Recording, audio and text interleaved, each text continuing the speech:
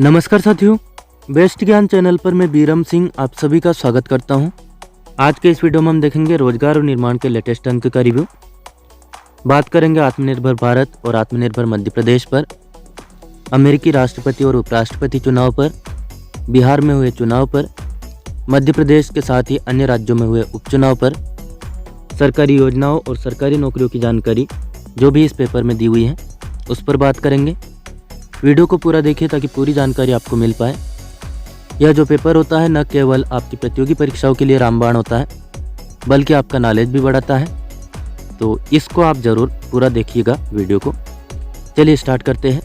सबसे पहले बात करते हैं आत्मनिर्भर मध्य प्रदेश की। मुख्यमंत्री शिवराज सिंह चौहान ने आत्मनिर्भर मध्य प्रदेश का रोड मैप का विमोचन किया। जन सहभागिता और मॉनिटरिंग का नया ढांचा बनाया जाएगा, यह बात मुख्यमंत्री ने कही। उन्होंने कहा कि विकास का नया परिवेश गढ़ेगा आत्मनिर्भर मध्य प्रदेश। विमोचन करते हुए आप इनको यहाँ पर देख सकते हैं। विकास में जनसहभागिता और मॉनिटरिंग की व्यवस्था का नया ढांचा खड़ा किया जाएगा। ग्राम, जनपद और जिला स्तर पर दीनदयाल समितियाँ गठित होगी। जनसहभागिता और मॉनिटरिंग सुनिश्चित की जाएगी। आधुनिक टेक्नोलॉजी का हर क्षेत्र में व्यापक उपयोग कर विकास कार्यों में पारदर्शिता बढ़ाई जाएगी। खेती में आधुनिक ढंग से उत्पादन और उत्पादकता बढ़ाकर खेती को लाभ का धंधा बनाया जाएगा। पिछले 15 साल में तो नहीं बना है, अब देखते हैं बन जाए तो अच्छी बात है। किसानों को पीएम सम्मान निधि और मुख्यमंत्री सम्मान निधि के रूप में हर साल कुल 10,000 रुपये की सम्मान निधि दी जाएगी। ये बातें मुख्यमंत्री शिवराज सिंह चौहान ने भोपाल में आत्मनिर्भर मध्य प्रदेश के विकास का रोड मैप जारी करते हुए कही। आत्मनिर्भर मध्य प्रदेश के रोड मैप में अधोसंरचना विकास, स्वास्थ्य एवं शिक्षा, अर्थव्यवस्था एवं रोजगार और सुशासन, इन विषयों पर स्पष्ट रणनीति तैयार की गई है। मुख्यमंत्री ने कहा कि आत्मनिर्भर भारत की तर्ज पर ही हम आत्मनिर्भर मध्य प्रदेश का पैकेज लेकर आए हैं और रोड मैप प्रस्तुत कर रहे हैं।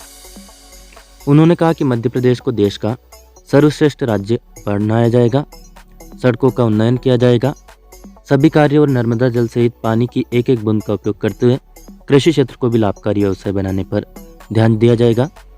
थर्मल पावर के साथ ही सौर ऊर्जा का अधिकतम उपयोग होगा।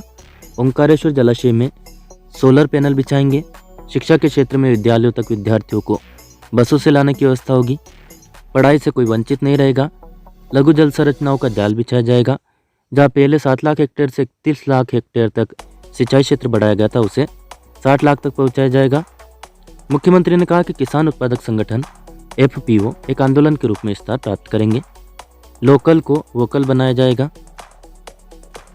उन्होंने कहा कि सांस्कृतिक गतिविधियों से रोजगार वृद्धि के प्रयास होंगे। छोटे व्यापारियों को तकलीफ ना हो। बड़े व्यापारी यदि बेईमानी करते हो वे सावधान हो जाए, क्योंकि आम लोगों को परेशानी में डालने वाले छोड़े नहीं जाएंगे। अपराधी तत्व कुचल दिए जाएंगे। मुख्यमंत्री ने कहा कि आत्मनिर्भर मध्य प्रदेश के लिए सहभागिता तो जरूरी है ही, सकारात्मक सोच भी जरूरी है। उन्होंने लोक सेवा प्रबंधन विभाग को रोड मैप क्रियान्वयन में समन्वय के लिए जिम्मेदारी दी है। अन्य सभी विभाग सक्रिय भागीदारी करेंगे। दीनदयाल समितियों के माध्यम से भी समन्वय स्थापित होगा।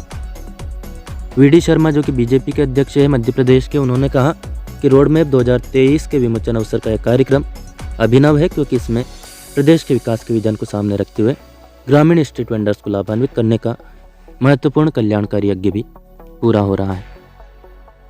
मुख्यमंत्री ने तो रोड मैप पर प्रकाश डाला ही, साथ ही में नीति आयोग के जो CEO यानी कि मुख्य कार्यपालन अधिकारी है श्री अमिताभ कांत, इन्होंने वीडियो कॉन्फ्रेंसिंग के माध्यम से विशिष्ट अतिथि के रूप में भागीदारी करते हुए कहा कि प्रधानमंत्री मोदी के आत्मनिर्भर भारत की रणनीति के अनुरूप मध्य प्रदेश देश का पहला ऐसा राज्य है जिसने विभिन्न विषय विशेषज्ञों से परामर्श कर आत्मनिर्भर मध्य प्रदेश का रोड मैप तैयार किया है। जब सभी राज्य सिर्फ कोरोना से ही लड़ रहे थे, तब मध्य प्रदेश ने कोरोना से बचाव के लिए अच्छे प्रबंध करते हुए प्रदेश का आर्थिक विकास के लिए रोड मैप तैयार करने का महत्वपूर्ण कार्य किया, जो निश्चित ही प्रशंसनीय है। बात करें मध्य प्रदेश के विधानसभा चुनाव की। मध्य प्रदेश विधानसभा उपचुनाव में जीते हुए प्रत्याशियों की जानकारी आप यहाँ पर देख सकते हैं। सुमावली, मुरैना और दिमनी से कांग्रेस जीती। इसके अलावा गोहद से कांग्रेस को सीटें मिली। देख सकते हैं आप, पूरी लिस्ट यहाँ पर दी हुई है। मैं हर एक नाम पढ़कर आपका टाइम नहीं लेना चाहूँगा। देखिए, 14 सीटों की लिस्ट ये रही और बाकी 14 सीटों की लिस्ट ये रही। तो कुल मिलाकर 28 विधानसभा सीटों पर उपचुनाव हुए थे, जिसमें बीजेपी ने पूर्ण बहुमत हासिल किया। मध्य प्रदेश में विधानसभा सीटों की है संख्या 230। उनमें से 28 सीटों पर उपचुनाव हुए थे। आपको पता ही है कि उपचुनाव क्यों हुए थे, विस्तार में बताने की जरूरत है नहीं। पीएम स्वनिधि योजना के क्रियान्वयन में मध्य प्रदेश भारत में अग्रणी है। 10,000 रुपये इस योजना के तहत स्ट्रीट वेंडर्स को दिए जाते हैं, चाहे वो शहरी पथ व्यवसायी हो या ग्रामीण व्यवसायी हो। तो यह चीज़ याद रखना है कि पीएम स्वनिधि योजना के क्रियान्वयन में मध्य प्रदेश पूरे देश में अग्रणी है। पोर्टल पर प्रदेश के 3,28,000 स्ट्रीट वेंडर्स का आवेदन प्रस्तुत किए गए, जिनमें से 2 लाख बैंक द्वारा स्वीकृत किए गए। 1,37,000 स्ट्रीट वेंडर्स को ऋण भी दिया जा चुका है। मुख्यमंत्री ने निर्देश दिए कि स्वीकृत 63,000 प्रकरणों में और ऋण वितरण शीघ्र किया जाए। मुख्यमंत्री ने कहा कि जो भी पथ पर व्यापार करने वाले लोग हैं, अपने काम धंधे के लिए स्ट्रीट वेंडर्स योजना में 10,000 रुपये का बिना गारंटी बिना ब्याज का ऋण चाहते हैं, वे तुरंत आवेदन करें। सभी पात्र स्ट्रीट वेंडर्स को बैंकों द्वारा ऋण दिया जाएगा। प्रदेश में कुल स्ट्रीट वेंडर्स की संख्या है लगभग 5 लाख। दोस्तों, यदि आप भी किसी कॉम्पिटिशन एग्जाम की तैयारी कर रहे हैं, ऑनलाइन प्रिपरेशन करना चाहते हैं, तो अनअकैडमी मेरे ख्याल से बेस्ट ऑप्शन है। अनअकैडमी प्लस के जो फीचर्स हैं उनकी हम बात करें तो आप घर बैठे लाइव सीख सकते हैं। आपके हिसाब से, आपकी सुविधा के हिसाब से आपको पढ़ाई करने का मौका यहाँ पर मिलता है। कोर्सेज जो है अनलिमिटेड एक्सेस आपको ऑनलाइन मिलता है। इंडिया के टॉप एजुकेटर्स यहाँ पर आपको सिखाने के लिए, आपकी हेल्प के लिए मौजूद है। सिलेबस का आपको पूरा कवरेज मिलेगा। रेगुलर डाउट क्लियरिंग सेशंस होते हैं। लाइव टेस्ट सीरीज आपको मिलती है। स्टडी मटेरियल का जो PDF है वह आपको अवेलेबल होता है ऑनलाइन। आंसर राइटिंग सेशंस होते हैं। साथ ही में मेंटरशिप और गाइडेंस भी आपको यहाँ पर मिल जाती है।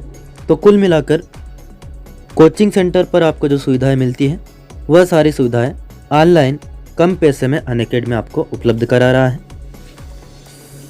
14 नवंबर से क्लासेस स्टार्ट हो गई है। CTET पेपर सेकंड की लाइव क्लासेस चल रही है। यदि आपने अभी तक ज्वाइन नहीं की है, ज्वाइन कर सकते हैं। 7 क्लासेस होंगी, जिसमें फास्ट ट्रैक तरीके से CTET का प्रिपरेशन करवाया जाएगा और फ्री में आप अनअकैडमी में यह चीज़ें देख सकते हैं और अपनी जो लर्निंग है स्टार्ट कर सकते हैं इंडिया के टॉप एजुकेटर्स के द्वारा। CTET mashup pedagogy series Himanshu Singh के द्वारा यह 11 नवंबर से 20 नवंबर तक लाइव क्लासेस चलेगी। हिमांशु सिंह की फास्ट ट्रैक तरीके से प्रिपरेशन इसमें करवाया जाएगा। फ्री में आप देख सकते हैं अनअकैडमी पर जाकर और इंडिया के टॉप एजुकेटर्स के द्वारा सीख सकते हैं। तो याद रखिए, CTET पेपर फर्स्ट की फ्री लाइव क्लासेस सीरीज जो है 12 नवंबर से स्टार्ट हो चुकी है। टीचर्स एलिजिबिलिटी टेस्ट यानी कि TET का सब्सक्रिप्शन यदि आप लेना चाहें तो 1 महीने का 1,200 रुपये में, 3 महीने का 3,000 रुपये में, यानी कि आपको यहाँ पर 17% का ऑफ मिल जाता है। 1,000 की बचत होती है। यदि आप 3 महीने का सब्सक्रिप्शन लेते हैं तो 6 महीने का सब्सक्रिप्शन में आपको 800 रुपये की बचत होती है। यह आपको 4,800 रुपये में पड़ेगा। 33% ऑफ इस प्रकार से मिल जाता है। 12 महीने का सब्सक्रिप्शन यदि आप लेना चाहें 58% तक ऑफ इसमें मिल रहा है। 6,000 रुपये में आप 12 महीने तक अनअकैडमी का TET सब्सक्रिप्शन ले सकते हैं। तो आज ही डाउनलोड करें अनअकैडमी लर्निंग ऐप और आज इसे सीखना स्टार्ट करें। अब देखते हैं पिछले सप्ताह की तमाम राष्ट्रीय अंतर्राष्ट्रीय घटनाक्रम डेट वाइज। 7 नवंबर को क्या हुआ? IIT खड़गपुर में भारतीय ज्ञान प्रणाली के लिए स्थापित होगा उत्कृष्टता केंद्र। यह निर्णय की घोषणा की गई केंद्रीय शिक्षा मंत्री श्री रमेश पोखरियाल निशंक के द्वारा। भारतीय प्रौद्योगिकी संस्थान IIT खड़गपुर में भारतीय ज्ञान प्रणाली के लिए एक उत्कृष्टता केंद्र स्थापित करने की घोषणा इन्होंने की है। वेबिनार में उन्होंने कहा कि IIT खड़गपुर ने भारतीय ज्ञान प्रणाली की विभिन्न शाखाओं में लगातार काम किया है। संस्थान ने भारत की भावना और वर्तमान समय में इसके समक्ष चुनौतियों का आत्मनिरीक्षण करने का प्रयास किया है। इससे शैक्षिक प्रक्रिया आसान होगी। भारत के समृद्ध शैक्षिक विरासत से आकर्षित करने के लिए मातृभाषा में शिक्षा देने तथा संस्कृत भाषा के संरक्षण की दिशा में काम करने की बात इन्होंने कही। केंद्र सरकार ने पूर्व सैनिकों पारिवारिक पेंशनधारियों के लिए वन रैंक वन पेंशन योजना के तहत बकाया पेंशन राशि जारी कर दी है। रक्षा मंत्रालय ने बताया कि वन रैंक वन पेंशन के तहत 20,60,220 पूर्व सैनिकों या पारिवारिक पेंशनधारियों को 10,795 करोड़ रुपए की राशि वितरित की गई। मंत्रालय ने बताया कि वार्षिक आवर्ती व्यय लगभग 7,123.38 करोड़ रुपए है और 1 जुलाई 2014 से शुरू होकर लगभग 6 साल के लिए है। वन रैंक वन पेंशन योजना के तहत अब तक कुल 42,740 करोड़ रुपए का भुगतान किया जा चुका है। EPFO यानी कि कर्मचारी भविष्य निधि संगठन ने कोरोना काल में नियमों में बदलाव किया है। अब EPFO के पेंशनधारक साल भर के अंदर कभी भी जीवित होने का प्रमाण दे सकेंगे। सैनिक स्कूलों में दाखिले के लिए अब एक प्रवेश परीक्षा होगी।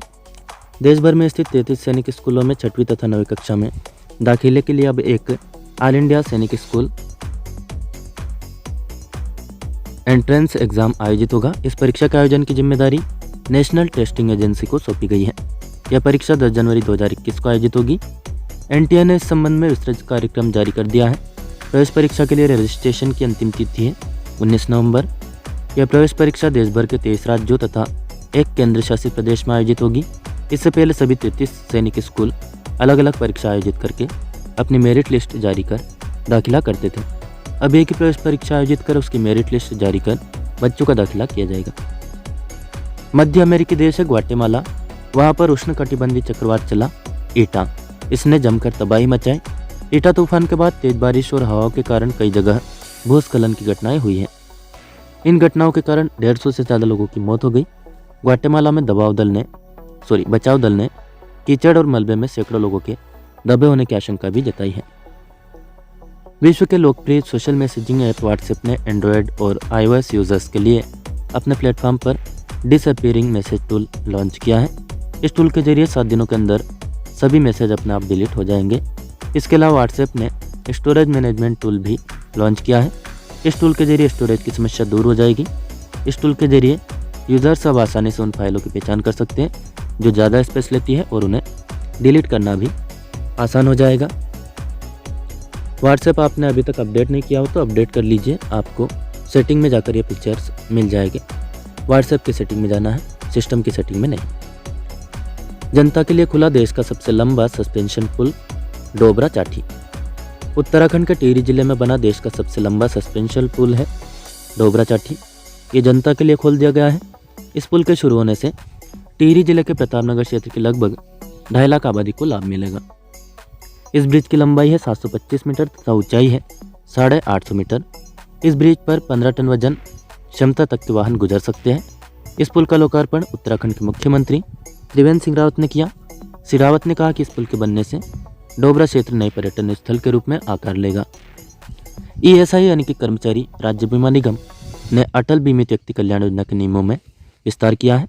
योजना के तहत अब ऐसे लोग जिन्होंने ऑनलाइन दावा प्रस्तुत किया है और डॉक्यूमेंट जैसे कि आधार और बैंक विवरण की स्कैन प्रतिलिपि अपलोड की है, उन्हें प्रत्यक्ष दावा प्रस्तुत करने की जरूरत नहीं होगी।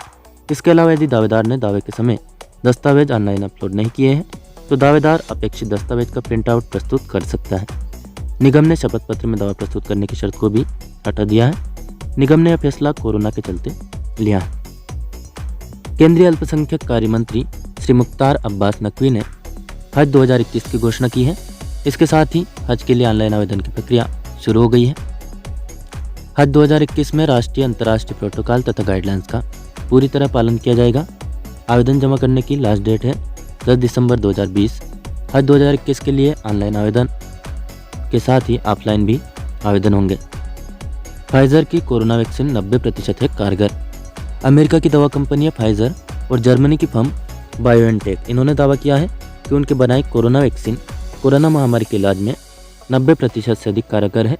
उन कंपनियों का कहना है कि यह वैक्सीन उन लोगों के इलाज में भी कारगर साबित हुई है जिनमें कोरोना के लक्षण पहले से दिखाई नहीं दे रहे थे। फाइजर के चेयरमैन डॉक्टर अल्बर्ट बोरेला ने कहा कि उनकी वैक्सीन ट्रायल के दौरान 94 संक्रमितों में से 90% मरीजों पर कारगर रही है। संयुक्त अरब अमीरात यानी UAE से ऐतिहासिक समझौते के बाद 26 वर्ष में पहली बार इजराइल का विमान दुबई पहुंचा। इजराइल के तेल अवीव से उड़ान भरने के बाद विमान लगभग 3 घंटे की उड़ान के बाद दुबई पहुंचा। इस विमान के सभी यात्री पर्यटक थे। उल्लेखनीय है कि सितंबर 2020 में अमेरिका की पहल पर इजराइल, यूएई और बहरीन के बीच शांति बहाली के लिए अब्राहम समझौता हुआ था। नाम याद रख सकते हैं, समझौते का नाम है अब्राहम समझौता। किन देशों के बीच है? अमेरिका, इजराइल, यूएई और बहरीन के बीच। इसी समझौते के तहत दोनों देशों के बीच संबंध बहाली की प्रक्रिया चल रही है। एक्चुअली अमेरिका ने पहल की थी, लेकिन इसमें अमेरिका शामिल नहीं है, इजराइल, यूएई और बहरीन शामिल है। अजरबैजान ने आर्मेनिया में रूसी हेलीकॉप्टर मार गिराया। अजरबैजान ने आर्मेनिया से लगी अपनी सीमा के पास एक रूसी हेलीकॉप्टर को मार गिराया। इस हेलीकॉप्टर में सवार 2 क्रू मेंबर की भी मौत हो गई। हादसे के बाद अजरबैजान ने रूस से माफ़ी मांगी। रूस के रक्षा मंत्रालय ने कहा था कि अजरबैजान ने Mi-24 हेलीकॉप्टर को पोर्टेबल एयर डिफेंस सिस्टम से निशाना बनाया। हमले के समय यह हेलीकॉप्टर आर्मेनिया में स्थित रूस के 102वीं मिलिट्री बेस की सुरक्षा में तैनात था। रूस के विदेश मंत्रालय ने कहा कि अजरबैजान ने अपने कृत्य के लिए माफ़ी मांगी है। उनका इरादा रूसी हेलीकॉप्टर को निशाना बनाना था नहीं। यह हेलीकॉप्टर रात के अंधेरे में सीमावर्ती क्षेत्र में उड़ान भर रहा था। अमेरिका ने चीन के विरुद्ध आक्रामक कदम उठाया है। चीन के 4 अधिकारियों पर प्रतिबंध लगाया है। अमेरिका ने यह कदम हांगकांग में अधिकारों के दमन के मुद्दे पर उठाया।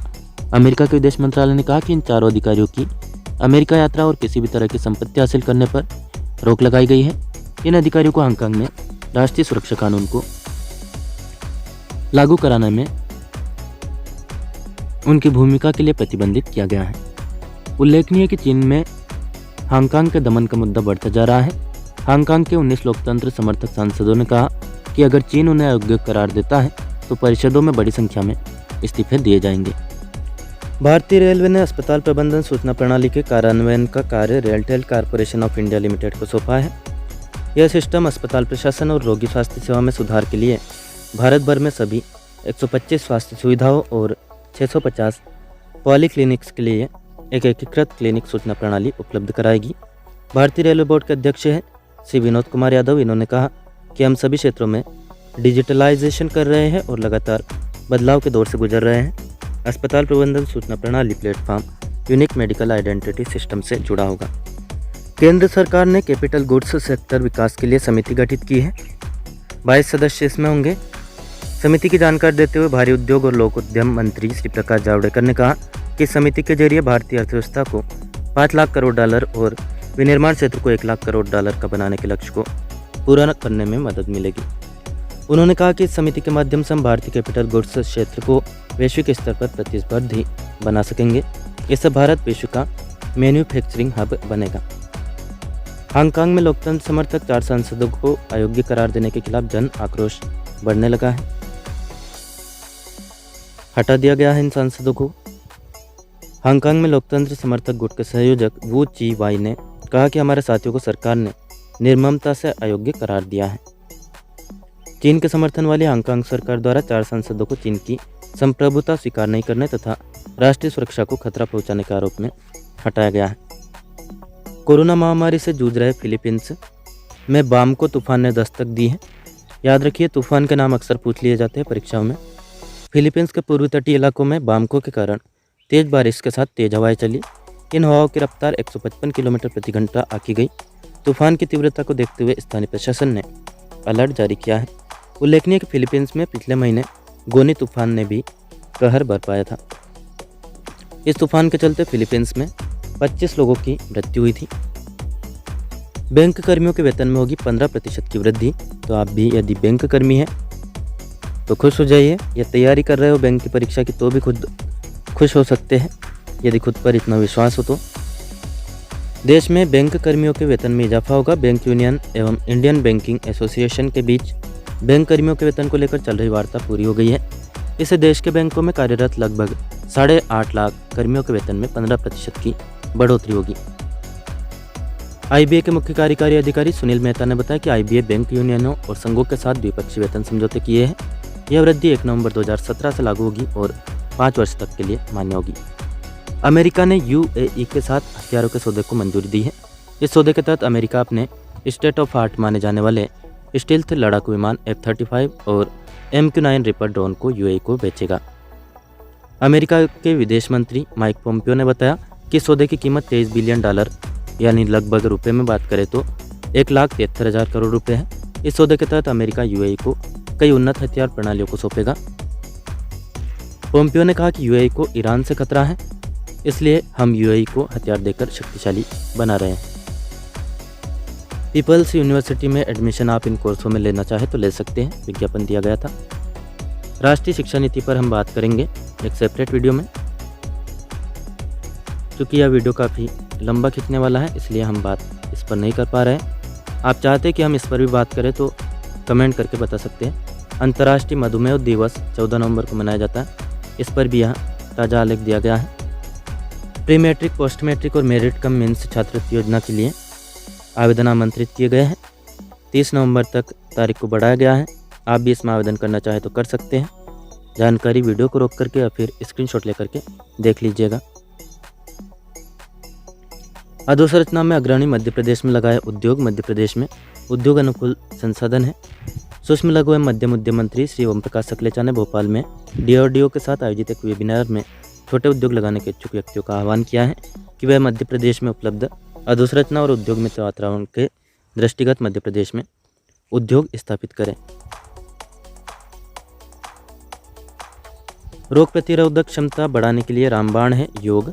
मुख्यमंत्री शिवराज सिंह चौहान ने यह बात कही भारतीय योग परिषद मध्य प्रदेश चैप्टर द्वारा आयोजित एक वेबिनार को संबोधित करते हुए। तो योग तो निश्चित तौर पर हर रोग का निदान है, बस करने की ज़रूरत है और लगातार करने की ज़रूरत है। रेगुलर योग करना ज़्यादा ज़रूरी है, तभी उसका फ़ायदा मिल पाता है। सोलर रूफटॉप लगाए और सब्सिडी का लाभ उठाए। सोलर रूफटॉप योजना के बारे में विस्तार से हम बात कर लेते हैं। योजनाओं के बारे में प्रश्न परीक्षाओं में भी पूछ लिए जाते हैं और आपके काम की चीज़ वैसे भी है। मध्य क्षेत्रीय विद्युत वितरण कंपनी ने घरेलू संयोजनों पर सोलर रूफटॉप लगाने के लिए निविदा के माध्यम से रेट तय कर दिए हैं। तय रेट विगत वर्षों से काफ़ी कम है, जो कि 3 किलोवाट तक रेट 37,000 रुपये प्रति किलोवाट तथा 3 से 10 किलोवाट तक रेट 39,800 रुपये प्रति किलोवाट है। इसमें 3 किलोवाट तक 40% तथा 3 किलोवाट से अधिक शेष भार पर 20% सब्सिडी शामिल है। रेट सब्सिडी अधिकृत एजेंसी, इन सब की जानकारी portal.mpcz.in या बिजली कार्यालय जो भी आपके निकट हो प्राप्त की जा सकती है। सोलर प्लांट लगाने पर जो खर्च आएगा, 1 किलोवाट से ऊपर 3 किलोवाट तक 37,000 रुपये प्रति किलोवाट आएगा। 3 किलोवाट से ऊपर 10 किलोवाट तक 39,800 रुपये प्रति किलोवाट। 10 किलोवाट से ऊपर 100 किलोवाट तक 36,500 रुपये प्रति किलोवाट और 100 किलोवाट से ऊपर 500 किलोवाट तक 34,900 रुपये प्रति किलोवाट। लेकिन इसमें जो है सब्सिडी काफ़ी दी गई है, लेकिन इसमें सब्सिडी आप घटा देंगे तो कम में पड़ेगा। देखिए, सब्सिडी घटाकर एजेंसी को भुगतान की जाने वाली राशि 3 किलोवाट के लिए 66,000 रुपये, 5 किलोवाट पर है 1,35,320 रुपये। कंपनी ने स्पष्ट किया है कि कंपनी द्वारा दिए गए तकनीकी विवरण के कार्य के लिए इस राशि से अधिक भुगतान नहीं करना है। ग्रुप हाउसिंग सोसाइटी को कॉमन सुविधा वाले संयोजन पर 500 किलोवाट तक 10 किलोवाट प्रति घर 20% की सब्सिडी मिलेगी। कंपनी द्वारा अधिकृत एजेंसी तकनीकी विवरण, सब्सिडी और भुगतान की जाने वाली राशि की जानकारी के लिए विद्युत कंपनी के कार्यालय में या फिर वेबसाइट portal.mpcz.in पर देखें या टोल फ्री नंबर है 1912 पर भी संपर्क कर सकते हैं। सोलर रूफटॉप पर एक नज़र में हम बात करें तो अपने घर या ग्रुप हाउसिंग सोसाइटी की छत या घर से लगी हुई खुली जगह पर सोलर पैनल लगाकर बिजली पर होने वाले खर्च को बचाया जा सकता है। सोलर पैनल से बिजली 25 साल तक मिलेगी और इसके लगाने के खर्च का भुगतान 4-5 वर्षों में बराबर हो जाएगा। इसके बाद अगले 20 वर्षों तक सोलर से बिजली का लाभ सतत मिलता रहेगा। इससे कार्बन फुटप्रिंट कम होगा और पर्यावरण को भी लाभ होगा। 1 किलोवाट सौर ऊर्जा के लिए लगभग 10 वर्ग मीटर जगह की ज़रूरत होगी। 3 किलोवाट तक के सोलर प्लांट पर 40% की सब्सिडी और 3 किलोवाट के बाद 10 किलोवाट तक 20% की सब्सिडी भारत सरकार द्वारा दी जाएगी। यह था दोस्तों इस वीडियो का पार्ट फर्स्ट। वीडियो अच्छा लगे तो प्लीज़ लाइक ज़रूर कर दें, अन्य दोस्तों को भी शेयर कर दें। इस चैनल को सब्सक्राइब ना किया हो तो सब्सक्राइब कर लीजिए और सब्सक्राइब ऑलरेडी कर चुके हो तो बेल आइकन यानी कि घंटी का बटन जरूर प्रेस कर दे। कोई प्रश्न या सुझाव कमेंट में पूछ सकते हैं, बता सकते हैं। धन्यवाद। जय हिंद, जय भारत।